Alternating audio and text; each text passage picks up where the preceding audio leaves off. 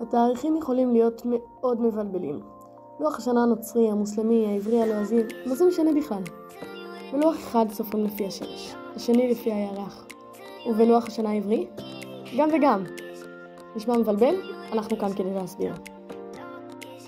לוח השנה הלועזי, זאת אומרת הנוצרי, מתנהל לפי השמש. כדור הארץ מסתובב סביב עצמו כל 24 שעות שזה יממה. ושנה היא סיבוב של כדור הארץ סביב השמש, שלוקח 365 ימים ו6 שעות שזה רבע יום. הנוצרים החליטו לחלק את השנה שלהם ל12 חלקים. כל שנה כוללת 365 ימים, ופעם ב4 שנים מוסיפים יום כדי למנוע סטייה של רבע יום כל שנה. לוח השנה העברי מתייחס גם לירח. חודש ירח שווה לסיבוב הירח סביב כדור הארץ. כמה זמן זה לוקח? אמר להן רבן גמליאל, כך מקובלני מבית אבי אבא. אין חידושה של הבנה, פחותה מ29 יום, ובחצה, ושני שלישה, ו73 חלקים. בעצם חודש לוקח 29 יום. מחצה זה 12 שעות. שני שלישה שעה עם 40 דקות מתוך 60, וב-73 חלקים, הכוונה היא לכ-73 חלקים מתוך 1080, שכך פעם חילקו את השעה. אז נחשב כך, 73 חלקי 1080, נכפיל ב-60 כדי לדעת כמה דקות של ימינו. יוצא ש-73 חלקי השעה הם כ-4 דקות. ורק בשביל הפרופורציה, חישוב שנעשה בנאסא, סוכנות החלל האמריקאית, גילה שהירח סובב סביב השמש באלפית השנייה פחות מחישוב הזמן של חזה לפני למעלה מ-2000 שנה. כדי שחודש לא ישתנה באמצע היום, כי חודש הוא 29 יום וחצי, קבעו חז"ל שיהיה חודש של 30 ימים, ואחריו חודש של 29 ימים ולחילופין. בסדר כזה, כ"ט ל', כ"ט ל', כ"ט ל' וכן הלאה. כך שלוח השנה העברי יוצא 354 יום. מדי פעם מוסיפים ומחזירים לחודשים חשבון או כסלו יום, כך שיכולה להיות שנה בעלת 353 יום ושנה בעלת 355 יום. דרך אגב, שנה בגימטריה היא 355 יום.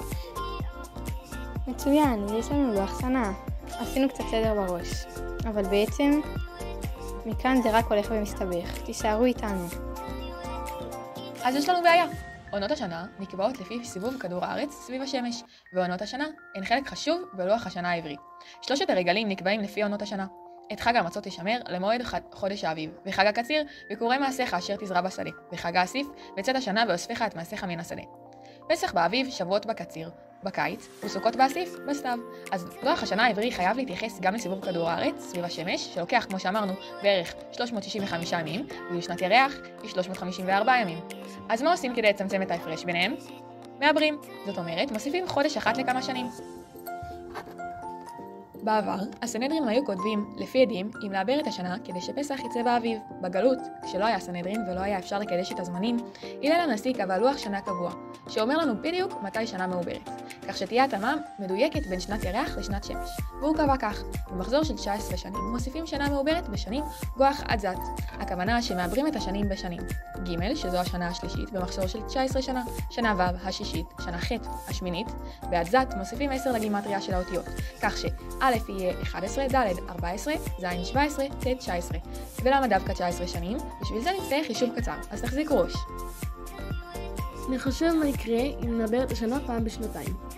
שנה רגילה היא בערך 354 ימים. נוסיף שנה מעוברת, שאורכה 384 יום.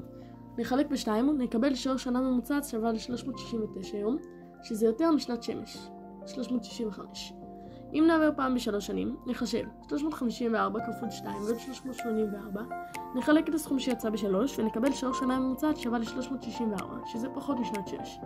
אבל אם ניקח 19 שנים שבהם 7 שנים מעוברות, נחשב 354 כפול 12 שהם שנים שאינן מעוברות, ועוד 384 כפול 7 שאלו שנים המעוברות. נחלק ב-19 ונקבל שנה ממוצעת ששווה 365 ימים, שהם שנת שמש בדיוק.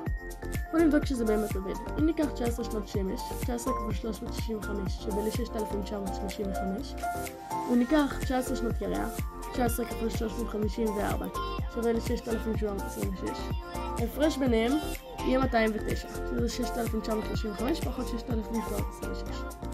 נחלק את ההפרש במספר ימים בחודש, זאת אומרת 209 חלקי 29.5, ונקבל 7. כלומר, צריך להוסיף 7 חודשים בכל מחזור של 19 שנה.